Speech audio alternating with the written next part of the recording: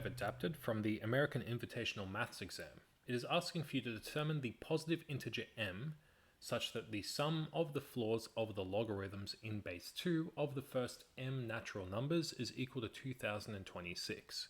And that is certainly a mouthful to say. If you'd like to pause the video now and have a crack at it on your own, I encourage you greatly to do that. If not, however, then I'm going to start breaking down the problem and explaining firstly what is it asking, and then going through at least one way that you could solve this. So firstly, these little brackets around the logarithms denote the floor of that number. For example, the floor of 2.7 is going to be 2. It's the greatest integer less than or equal to the number given.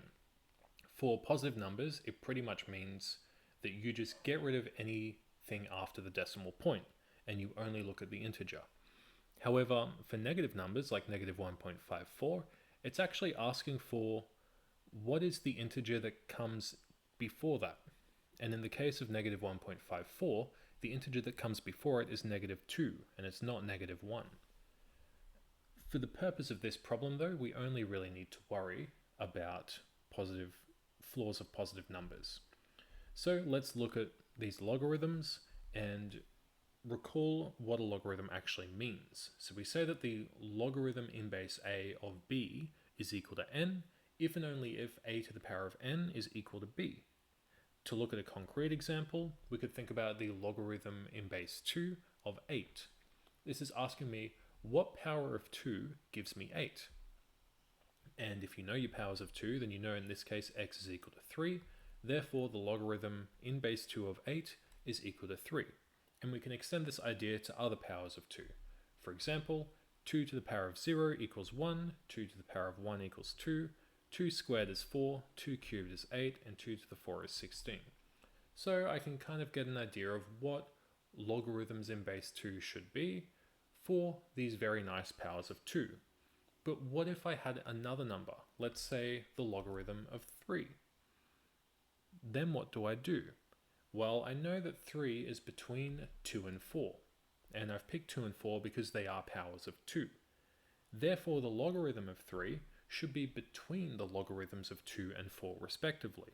In other words, the logarithm of 3 is somewhere between 1 and 2, and we might like to guess that the logarithm of 3 is about 1.5. That's pretty close. The actual value is 1.6, but for the purpose of this problem, it doesn't actually matter. I don't need to know what that fractional part is.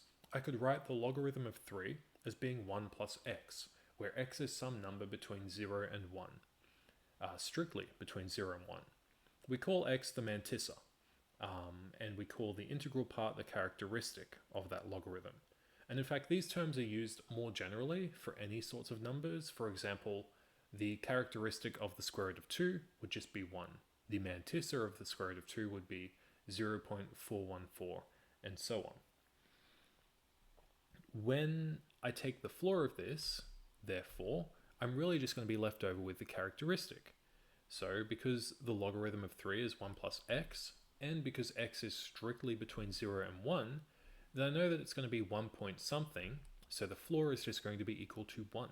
And this will be true for any logarithm, even if the logarithm ends up being negative. For example, the logarithm of 0.5 is negative 1, so the characteristic of that will be negative 1. The characteristic is just another word for the floor, really. I can extend this idea to other logarithms in base 2. For example, I know that 5 is between 4 and 8, so its logarithm should be somewhere between 2 and 3. When I take the floor of this, I'm just going to be left over with 2. The same is true for the logarithms of 6 and 7. If I look at numbers between 8 and 16, their characteristics of their logarithms are all going to be 3. And for logarithms of numbers between 16 and 32, they will have a characteristic of 4. So I can rewrite my sum like this. Instead of writing log 1, log 2, log 3, I can condense it a little bit and just write the characteristic of each of those terms. When I do that, I might notice how many times each of these numbers occur. 0 occurs once, 1 appears twice, 2 appears 4 times if I write this sum out more completely, and if I continued writing out the terms, I would see that the number 3 appears 8 times. At this point, you might start to notice that these are powers of 2, and you might start to make a conjecture. So I've already observed these 3 things. I might look at powers of 4 as well. I might look at logarithms whose characteristic is 4. And if you do that, you'll notice that they occur 16 times, which is 2 to the power of 4. So I might conjecture that the number n is going to appear 2 to the n times in this sum.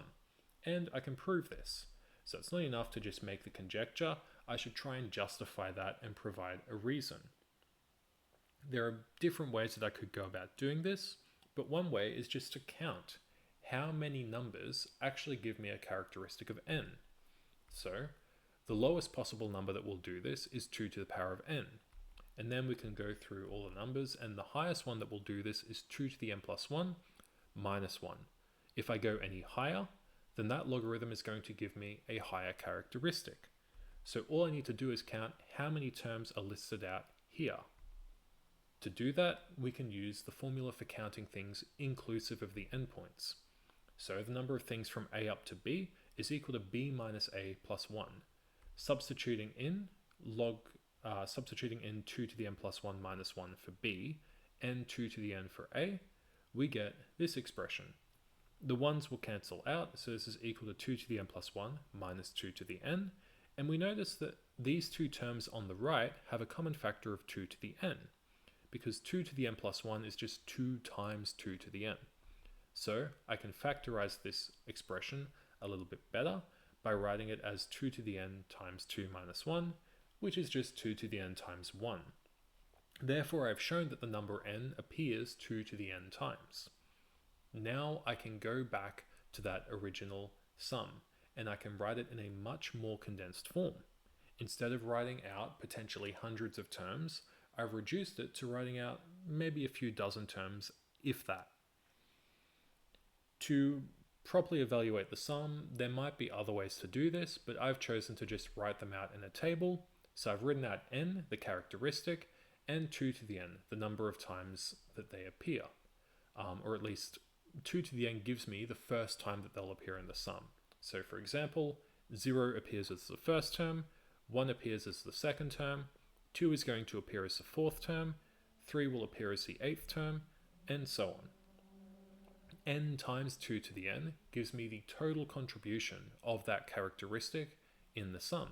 So the total contribution of 0 is of course 0. The total contribution is 1 because 1 appears twice. The total contribution of 2 is 4 because 2 appears 4 times. And then we just do 3 times 8 is 24, 4 times 16 is 64, and so on. And we can get the total contribution of each characteristic within this sum.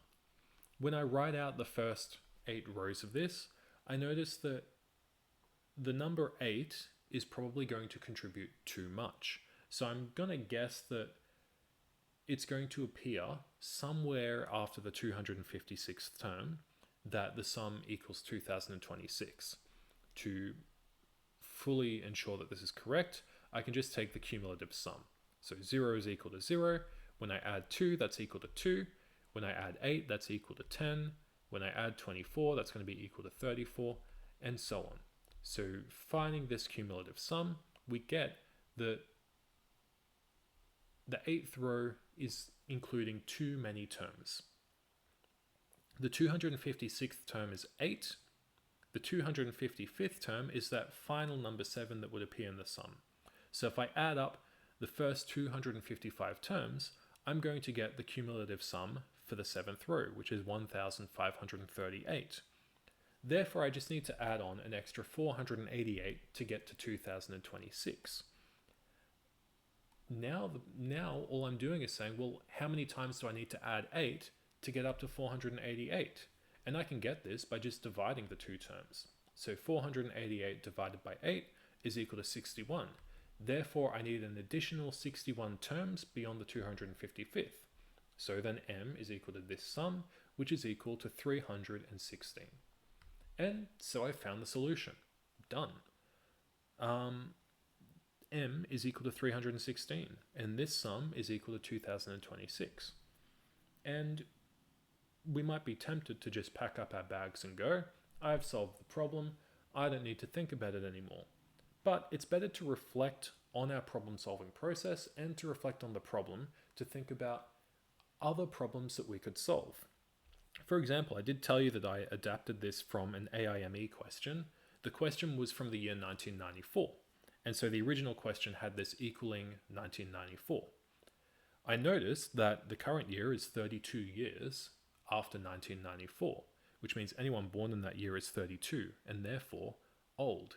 But more importantly, 32 is a multiple of 8, and being a multiple of 8 means that if I add on 4 more terms to the solution for 1994, I'm going to get to a solution for 2026.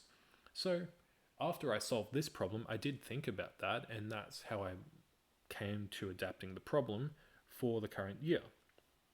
But there are other things I could do as well. For example, a key step in solving this problem is noting that there are going to be 2 to the n logarithms whose characteristic is n. This kind of comes about from the definition of what a logarithm is. But maybe there's going to be a similar pattern for other logarithms. For example, if I look at log base 3 or log base 4 or log base 5, how many terms will have a characteristic of n? And if you go through this and you think about it, you actually do get that there is a similar sort of pattern, and we get that for the logarithm base 2, this is a very special case. I won't give away the answer, but I implore you to try and figure that out on your own, because it will give you a better insight into how logarithms work. So thank you for watching. I hope that you've gained something from this. I hope that you go on to explore how many logarithms in other bases have a characteristic of n, and I hope that you find the answer. If you had a different way of solving this problem, please drop it in the comments. Tell me I'm stupid. Tell me you're an idiot. You could have done this so much easier, because I love to hear how other people solve things. I love to look at alternate ways. I think that that's really the crux of maths. I think that this solution towards the end was a bit arithmetic heavy, and if there's a cleaner way of doing it, then I'm open to looking at that. If you enjoyed it, if you've stuck around this long, thank you. Hopefully I'll make more of these videos in the future.